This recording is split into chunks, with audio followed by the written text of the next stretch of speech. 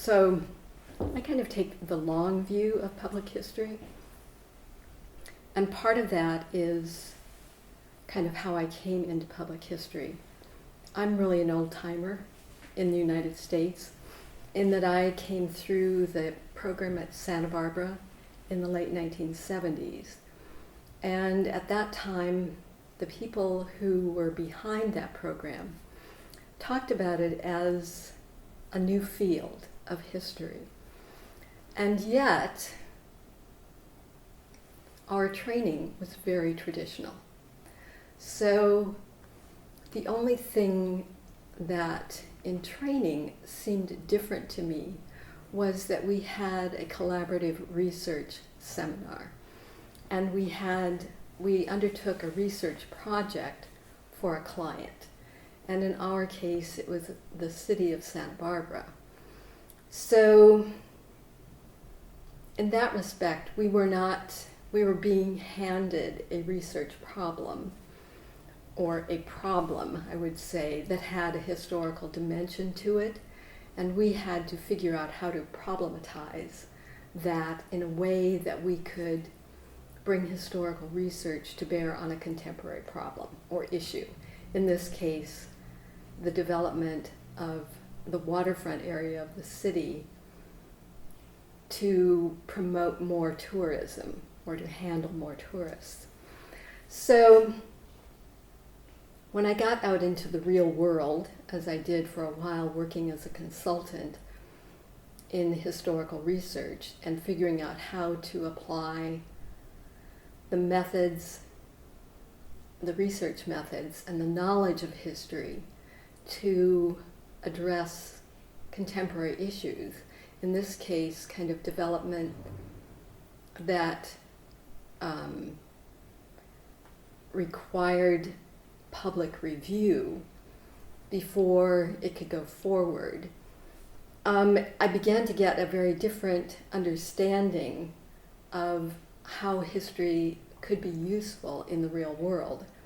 So I did a very conventional dissertation that had a policy dimension to it, but then I never really used that in the real world. So when we were researching using history to inform the public decision-making process behind development, then I began to see how you took historical research and began to shape it or tap the past in order to make it intelligible or useful for making decisions in the real world, whether it was for where to put an oil refinery, or where to build an oil pipeline, or whether to allow development in a particular area, new development, or how to fit it into the historic fabric. So that began to interest me. When I then went to teaching public history, I then began to think about how the practice of public history fit into the larger discipline. And I began thinking about, is there a historiography of public history? And in the United States, it turns out that there is. So going back and trying to figure out how public history is related to the larger discipline of history, and whether there were antecedents to what emerged and we were calling public history in the 1970s. So that process of discovery for me has been one of realizing that people have been engaged in public history for much longer than we like to think. And that when, in the United States, when historians began to professionalize, what they did is they professionalized the academic practice of history. And that became the American Historical Organization and other organizations of academic historians began to narrow the definition of history. So what I discovered was that there were people who were trained as historians, and very early on in the 20th century, they began thinking about how to make history useful to contemporary society. They were asking the same questions that we were asking, but they were doing so 80 years, 90 years earlier. Mm. And in doing so, practicing history outside of universities and colleges, they began to figure out how, to ask those same questions. How do you make history useful? And they answered that in a variety of ways. But what that led to was forming different kinds of professional associations. So the archivists grew out of the historical profession and ultimately formed their own archival association of archivists.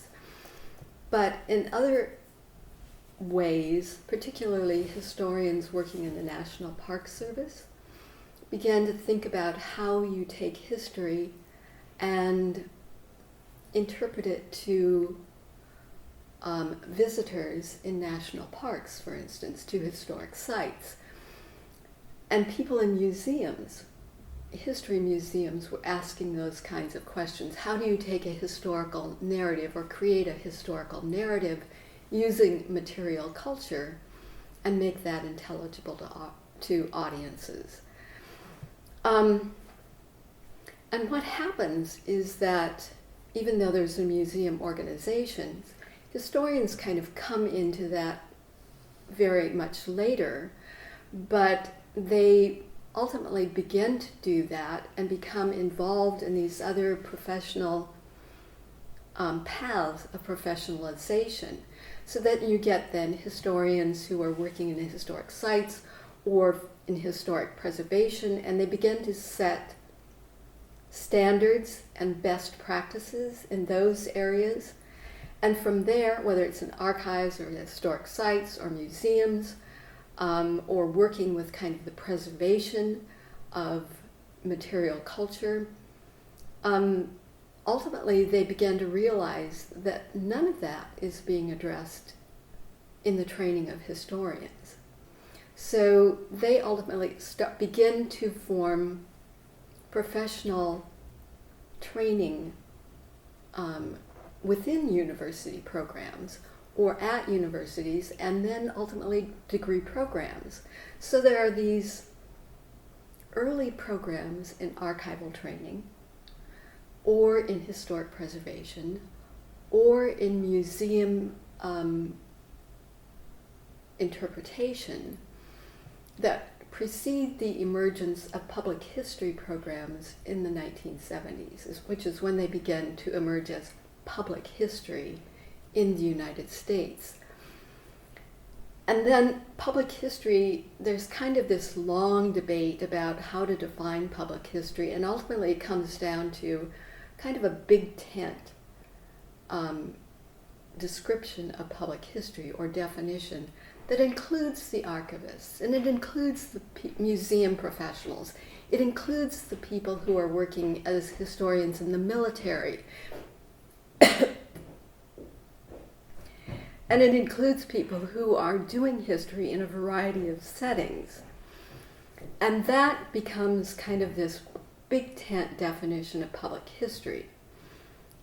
What begins to happen at about the same time, and I think comes out of social history in many ways, new social history, as well as thinking about oral history and the intersection of history and memory, is that people began to think about the difference in what is history. Is it a body of knowledge? Is it a process? And what is the relationship between history and memory? And you get a whole body of literature that comes out of that. And then people begin to ask questions about, well, what's the relationship of the people who are holding memories and heritage, and how they think about that, and how historians who are trained to produce history, what is different about how history is being produced when it comes from that memory side as opposed from that research side.